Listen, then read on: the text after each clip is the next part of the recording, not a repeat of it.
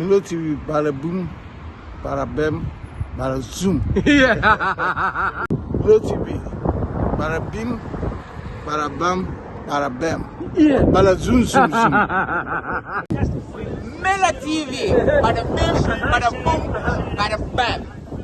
Don't forget to subscribe, leave a comment in the comment section, click that notification bell, and guys, Milo TV is where it's at, so don't forget. Milo TV, body boom. Wait, hold on, go again.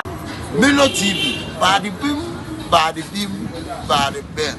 Yeah. Milo TV, varabim, varabum, varabim. Yeah. Milo TV, by the bim, by the boom, by the bam. Yeah. It's here too. Okay. Milo TV,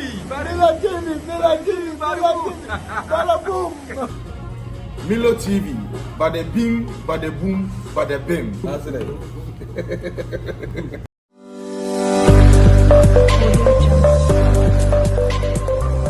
Milo TV GH Toronto, Canada. Body bin, body boom, body bam. Ear.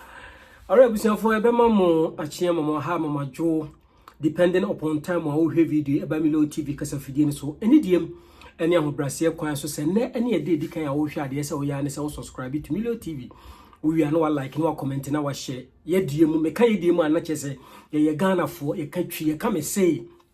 Brofono ye obika sanye sua ye enti ye de aja ye di mu a twika sana na ye keka enti Canada aha ene ye wo na nyame adom Canada abaye biemu a obi etumi aba bi wura mu bi ede efe bronya ebesie obi ade ne sika efa top connect na wasendi akoma na busuafo wo fie nipa na oba esebsebe wodie wasiki asalam na otifie kura obenya bosume so obenya kakra you know na odi fie nti wodi ya ne top connect sikamane ne de top connect afei ye free ho a 7th December da Ghana to obeye o chinechi ye nyina ye gitwi na yakopie mu e nap college ho na kofare by Mr Bruce wakofa dwumadie chinchirinchi bi a ye friend say hi and remember aba na di kram aba of course I can't our system no mu a chese adane nya easy ne gie you have fun ye di my girls are girls you know everything and who bana de kakra shi kodo kumbia no be sha odofu bi of course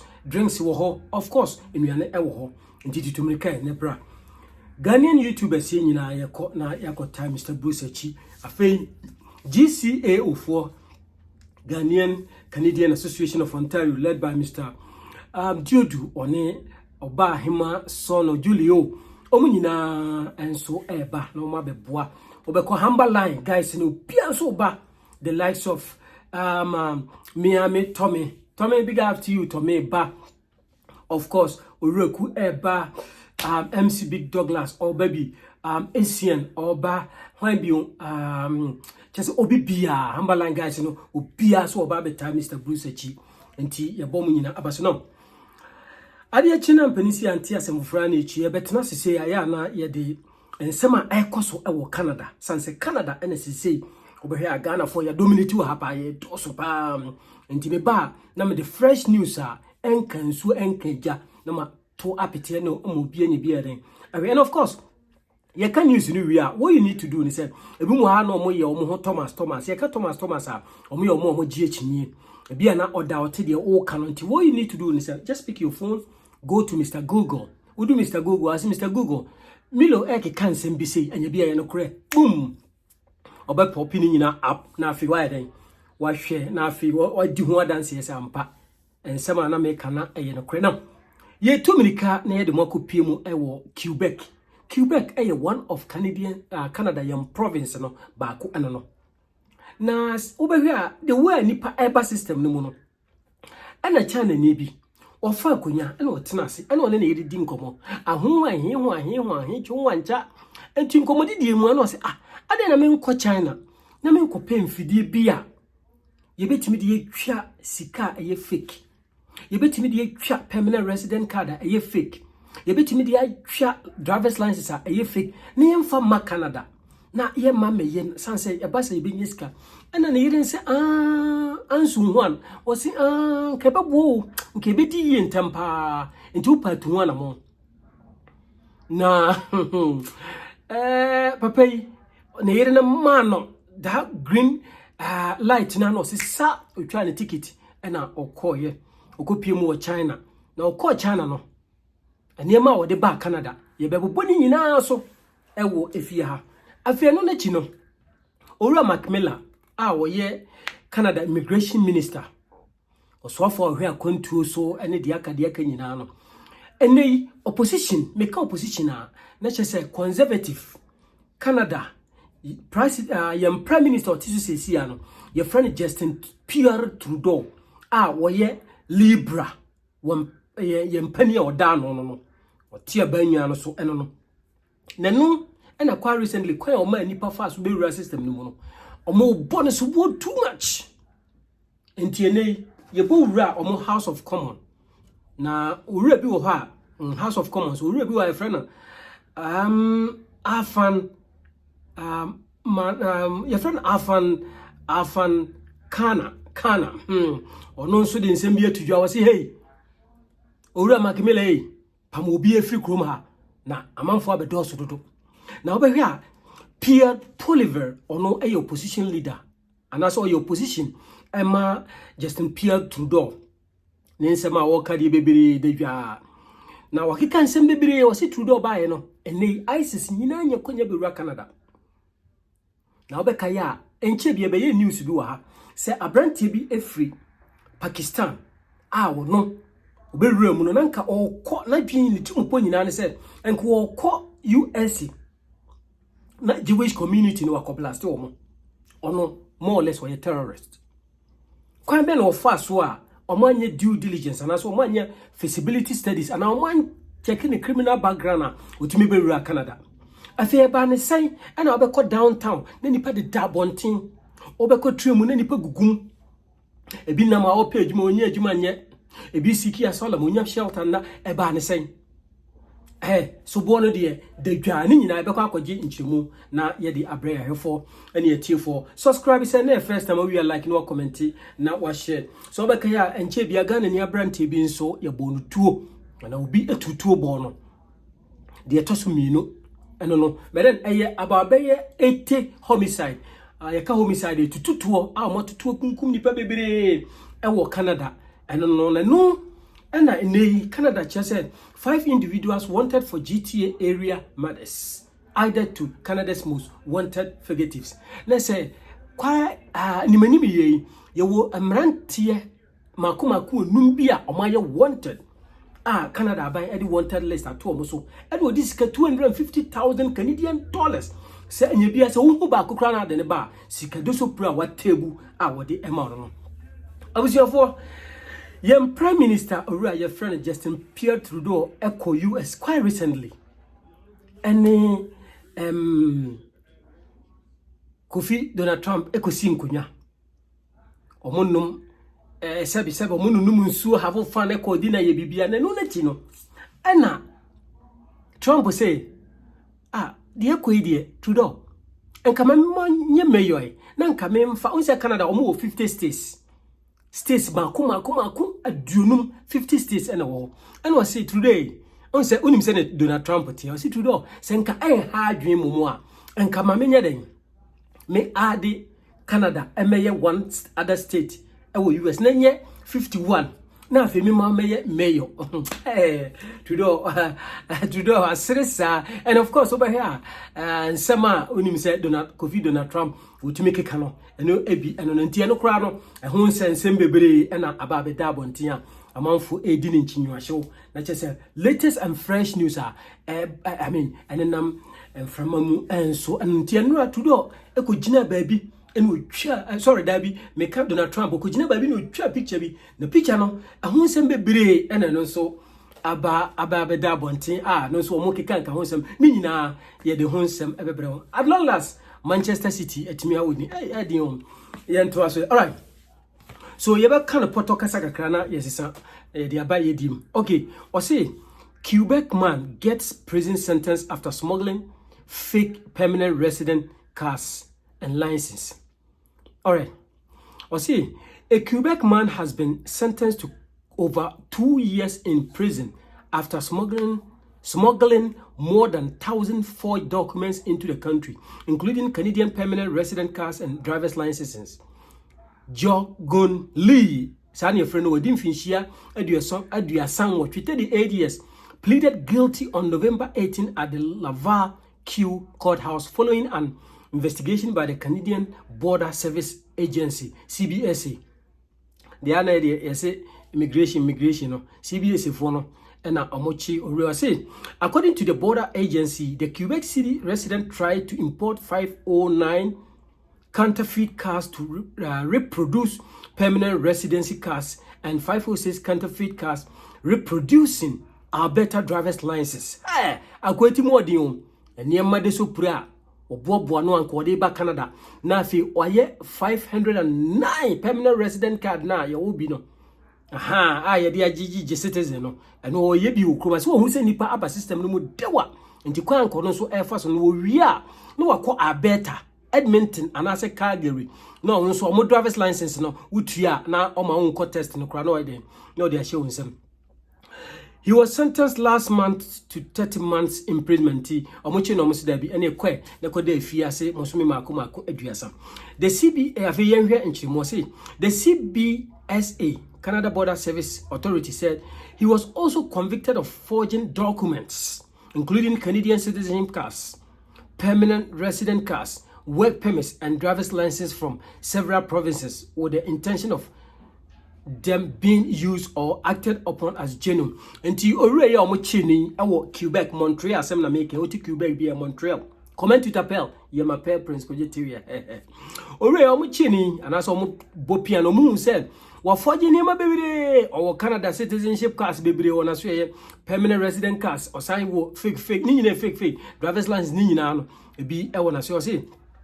Border agents at the Mirabel office intercepted a package from China on January 14, 2022. Inti the year 2022, and Ura started say or produce and Yamanoa ship from China, not the about Canada.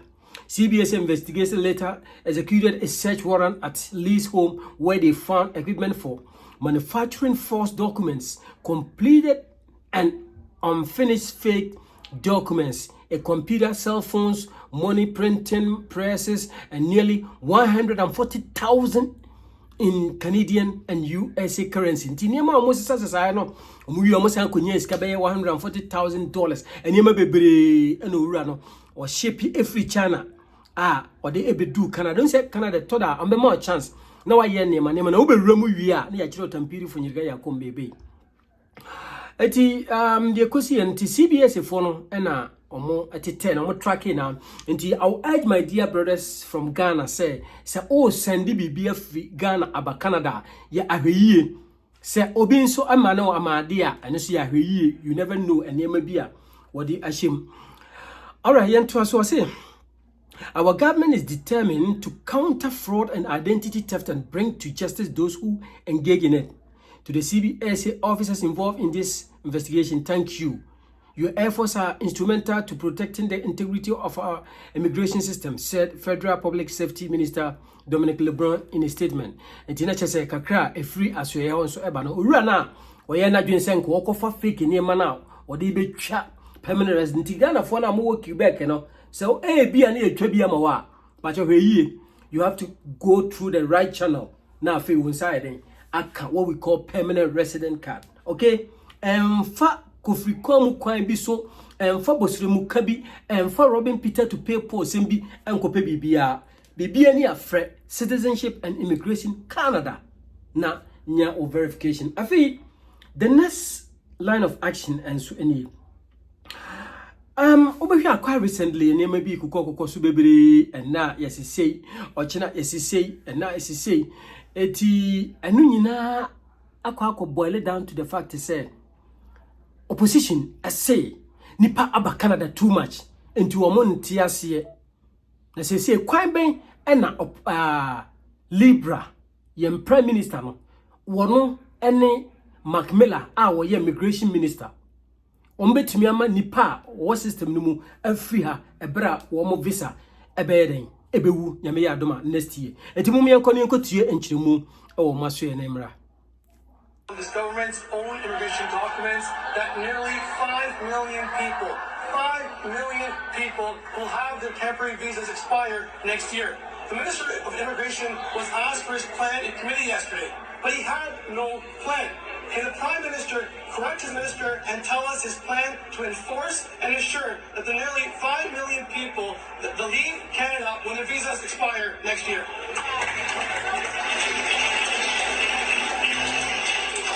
The Honourable Minister for Immigration, Citizenship and Refugees.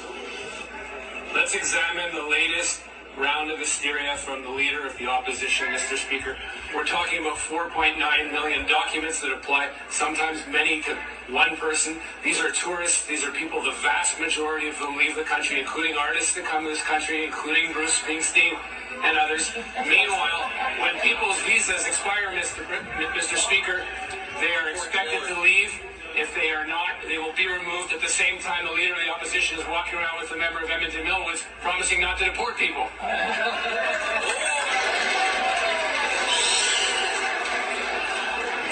The Honourable Member for Oxford. Mr. Speaker, again, there's no plan from this minister. And after 9 years of breaking our immigration system, his plan is to ask them to leave nicely. And now they're staring at 25% tariffs on all Canadian goods that will crush our Canadian workers and cripple our economy. We need a Canada First plan that fixes the immigration system and ensures that the 5 million people will leave when their visas expire next year. When will we see that plan? The Honourable Minister of Immigration, Citizenship and Refugees. Mr. Speaker, again, we see now the Conservatives' rollover first program. They're talking about people that are here that do routinely leave the country. They come in as tourists. It includes a vast array of people. He's answering an OPQ question that they posed us. We were very precise in the answers they gave it. Sometimes it's not 5 million people, Mr. Speaker. It's a number of documents attached to the same person. So let's park the hysteria. Let's talk about real things. Let's talk about the managed plan to migration that is actually doing very well in this country, according to Canadians. Here, here.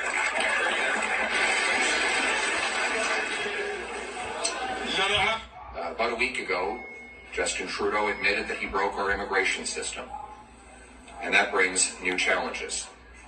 His own published documents show there are 4.9 million people here temporarily that are supposed to leave by December 31st of next year, 13 months from now. 4.9 million people. We asked what the plan was to track their departures, and yesterday his immigration minister said, we're just going to take people at their word. He admits that there have been 2 ISIS terrorists allowed into our country. What is the plan to protect our security and reinstate sovereignty over who is in our country? Thank you very much. Now in English, after 9 years of Trudeau, everything is broken. Everything is broken. Because he is a weak leader who has lost control. He has lost control of spending, which has doubled. The debt has doubled. Housing costs have doubled. Food bank use have doubled. He has done this through a costly carbon tax that's driven up food prices 37% faster in Canada than in the United States of America. We have the worst housing inflation and the worst household debt of any G7 country. $500 billion net has left our country to invest in the United States, creating jobs for American workers with our money. Our GDP per capita is smaller than it was 10 years ago and has dropped more since before COVID than any other G7 country, all while the American economy has boomed. Now we face new threats to our brittle and weak economy. The reality is we have a weakened economy, a weakened border, a weakened military, and a severely weakened prime minister. He's desperate. He's lost control, but he's trying to hold on to power. And so he's come up with a irresponsible and inflationist $6 billion tax trick that he will take away right before raising the carbon tax on heat housing, groceries, and gas in just a few months. Common sense conservatives will vote against this irresponsible, inflationist, temporary 2-month tax trick, and instead push our plan to axe the carbon tax and axe the sales tax on new homes for everyone, for good. Okay. Now is the worst possible. Ya kasi everyday papa yechi wakan sempe bebre na yen Ghana for no problem ne say me betena na me video na me kan sembi say ya so milo they say they are better no milo I say I'm not saying it me power be na mo post be na mo position be ne kura me but me mami nua Ghana ni aya aware say this is the reality on the ground. Enema ekoso kwai reason enema ekoso animanim ye enema ekoso CCA atwere say opposition no wasuja agu Justin Trudeau so say enya bia onye den on try na nipa bia omonsem fata no onyi omunyina free system no mu next year sa anete nti ye ka mamonyi ya no ensi bone. We are not saying it, we've not created anything. Ye creative bibia say ye ba beka na anya bia Ghana for ba ye say ye nije ye nyina ye do so ya bo apisu say apisi say ye nije keke enti ye wie eno ye owura Macmillan ene sa visa ne sa nsensem no ye ntuminike na ye nko ye ensem kakra bi efa what we call omo a wo mu etutututu ekunipa basa no ye nko ne nko tie de ko revealed an updated list of Canada's most wanted fugitives from the law. 2 men believed to be central figures in a violent and ongoing drug conflict in Quebec now top the list of Canada's most wanted fugitives. A $250,000 reward is being offered for information leading to the arrest of Dave Trammell and Ali Boivin. Trammell is the alleged head of the Blood family mafia and is wanted for drug trafficking, conspiracy, and assault with a weapon. The number 2 suspect, Boivin, is alleged to be a drug trafficker. There is little doubt that, based on Dolo and the assessment we conducted, that these 2 individuals do represent like a high threat for the community. So for us, our priority is the same as the priority of the Quebec City Police Service and Santé du Québec is to apprehend for these individuals to be apprehended as soon as possible. An additional 8 rewards of up to $50,000 each are also being offered for other suspects on the top 25 list. They include 2 homicide suspects sought by Toronto police, Adrian Walker and Philip Grant. Okay, I was your phone chese news kakra de ebremu ene me kasa fidie ne so no ene ya brobro nsam so pi na kakra wo mu ne se we ye Ghana ni we ye immigrant na wo system no mu na pese what na what do you have to do upon hearing this? And I will quote once again say news na mbe kan no mammomi enye mesirem na mbe bokan ye o e news a e wo ye Canada omo website yo mu kan nyina opposition na ensema wo kan nyina se nipa na do so system no mu yen logo bi no munyina enko into what are you doing as a Ghanaian me ma heads up okay kwanya be fa so a won so be den obenya wasetena na wabo bra eno no eye minus me enye me nam de obaye uyeyi a enye me na uyeyi ma me ekoyi ma a won obusuafo okay intimate I'm just trying to let you know the reality ekoso sesie e wo system no meaning the kojeteria for zikafa top connect ne be kwa ama 7th December Yanko Nap Kali Nyanko Gieni Yadamasi TV Toronto Canada. Subscribe if today is your first time, like my videos, comment and then share. Bada bim, bada boom, bada bam.